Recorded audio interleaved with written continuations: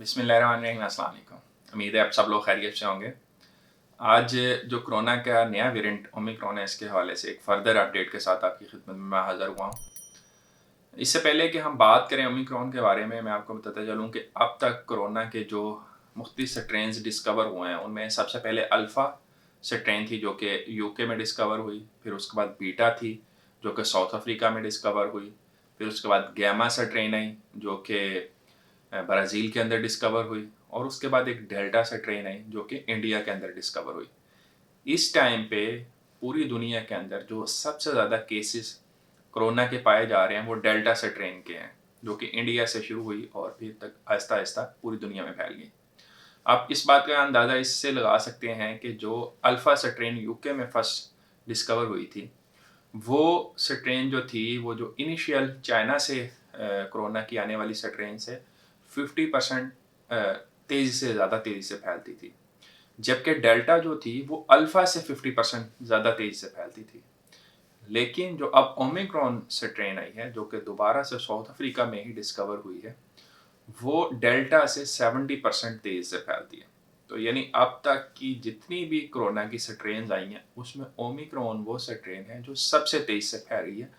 और इस बात को यानी रियलाइज़ किया जा रहा है कि अगला यानी जो नेक्स्ट 6 मंथ्स होंगे या अगला जो 1 साल होगा, उसके अंदर पूरी दुनिया के अंदर जो तकरीबन 99% केसेस कोरोना के होंगे, ओमिक्रॉन की वजह से होंगे।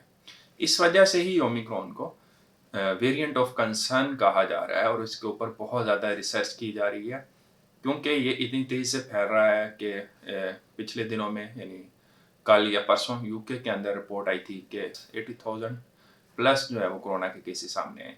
इस तरह बाकी मुल्कों के अंदर भी कोरोना के केसेस बढ़ते जा रहे हैं। तो ये बात तो बिल्कुल क्लियर है कि जो ओमिक्रॉन है उसकी वजह से इन्फेक्टिविटी बढ़ी है, क्योंकि ये डेल्टा से भी 70 यानी टाइम्स ज़्यादा इन्फेक्शियस है, ज़्यादा तेज़ी से फैलता है। लेकिन इसमें देखने वाली चीज़ ये है कि क्या ये इससे जो डिज़ीज़ हो रही है वो ज़्यादा सीवियर है या लेस सीवियर है। क्योंकि जो भी वायरस होता है उसकी एक ख़ासियत होती है कि वक़्त के साथ-साथ इवॉल्व होता रहता है। यानी उसके अंदर म्यूटेशंस होती रहती हैं। अब ये म्यूटेशंस अच्छी भी हो सकती हैं, बुरी भी हो सकती हैं। आप कहेंगे कि अच्छी कैसे होंगी? अच्छी इन द सेंस यानी 1980 में जब स्पेनिश फ्लू जो आया था, उसका जो एंड हुआ था वो ऐसा ही हुआ था कि ओवर द ईयर्स उसके अंदर जो उसकी स्ट्रेन्स थी उसके अंदर म्यूटेशंस होती गईं और एंड पे एक लेस विरुलेंट स्ट्रेन जो थी वो सामने आई और वो पूरी दुनिया में फैल गई। उससे ये था कि जो फ्लू के केसेस थे वो तो बहुत ज़्यादा हो गए, लेकिन क्योंकि वो स्ट्रेन जो थी वो लेस सीवियर थी, इस वजह से आहिस्ता-आहिस्ता वो पैंडेमिक ख़त्म हो गई। तो इसी तरह ही कोई ऐसी स्ट्रेन सामने आए जो कि ज़्यादा पूरी दुनिया में फैल जाए, बाकी सारी जो स्ट्रेन्स हैं उसको ओवरटेक कर ले, लेकिन वो लेस सीवियर हो, तो इस तरह से भी जो है वो पैंडेमिक ख़त्म हो सकती है। तो ओमिक्रॉन के बारे में अभी तक 3 बातें जो हैं वो मुकम्मल तौर पे सामने आ गई। एक, ये जो कोरोना की ओरिजिनल स्ट्रेन है उससे कई गुना ज़्यादा तेज़ी से फैल रहा है। यानी कोरोना की जो ओरिजिनल स्ट्रेन थी उससे 2 टाइम्स था तकरीबन डेल्टा। ये डेल्टा से भी जो है वो 2 टाइम्स से ज़्यादा तेज़ी से फैल रहा है। और दूसरी बात ये कि ये वैक्सीनेटेड पीपल जो है उनके अंदर भी कोरोना के सिम्टम्स लेके आ रहा है, यानी कि ये वैक्सीनेशन से जो इम्यूनिटी आ रही है उसको इवेड कर रहा है।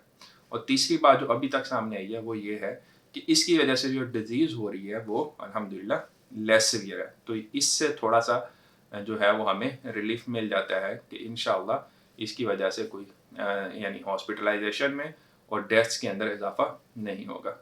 इसी चीज़ को सामने रखते हुए बहुत सारी कंपनीज इस बात पे यानी वर्क कर रही हैं कि जो इनिशियली वैक्सीन्स थी वो ज़्यादातर एक ख़ास पार्टिकल को लेके वायरस के ऊपर से उस पे बनाई गई थी। उससे फिर एक ख़ास इम्यून रिस्पॉन्स जो था वो बॉडी के अंदर पैदा होता था। तो इसी तरह ही वो वैक्सीनेशन को बेहतर करने की कोशिश कर रहे हैं ताकि ओवरऑल यानी टी सेल्स जो कि लॉन्ग टर्म इम्यूनिटी इंसान को देते हैं, ऐसी वैक्सीन बनाई जाए जो उसको एक्टिवेट करें, ना कि यानी सिर्फ एंटीजन एंटीबॉडी रिएक्शन के ज़रिए, ताकि अगर कोई भी अगली स्ट्रेन कोरोना की आए उससे जो है वो इंसानी जिस्म को बचाया जा सके। आखिर में यानी जिन लोगों को पहले कोरोना हो चुका है उनके ऊपर इसका क्या इफ़ेक्ट आएगा, इसके बारे में अभी कोई भी डिस्कशन जो है वो सामने नहीं आ रही। इसका ज़ाहिर है अगले कुछ माह के अंदर पता चल जाएगा कि जिन लोगों को पहले कोरोना हुआ था क्या ये उनके अंदर भी कोरोना के सिम्टम्स ला रही है या सिर्फ जो वैक्सीनेटेड लोग थे उनके अंदर ही सिर्फ जो है वो कोरोना के सिम्टम्स आ रहे हैं। उम्मीद है इस वीडियो से आपको यूज़फुल इन्फॉर्मेशन मिली होगी। वीडियोस को देखने का, चैनल को सब्सक्राइब करने का आपका बहुत शुक्रिया। अल्लाह आपको, आपके घर वालों को और तमाम अहल-ओ-याल को अपने हिफ्ज़-ओ-अमान में रखे। अल्लाह हाफ़िज़।